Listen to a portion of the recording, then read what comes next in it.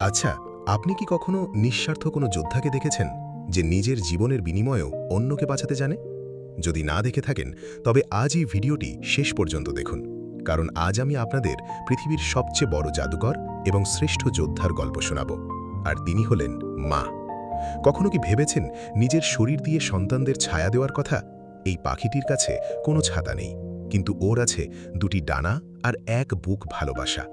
ওর কাছে নিজের কষ্ট বড় নয়, সন্তানের আরামই শেষ কথা। মায়ের ভালোবাসা কোনো জাতপাত বা ভাষা মানে না। বাঘিনী হোক বা ভাল্লুক, বিপদের সময় তারা যমদূত হয়ে দাঁড়াতে জানে। মা মানে এমন এক ভরসা যেখানে সন্তান মৃত্যুর মুখ থেকেও ফিরে আসতে পারে। মায়েরা কখনো নিজের কথা ভাবেন না, নিজের মুখের খাবার তুলে দেন সন্তানের মুখে, আর নিজের পিঠে বয়ে বেড়ান সংসারের সবটুকু দায়ভার। দেখুন এই প্রাণীটিকে, নিজের সর্বশক্তি দিয়ে সন্তানদের আংলে নিয়ে চলেছে অজানার পথে।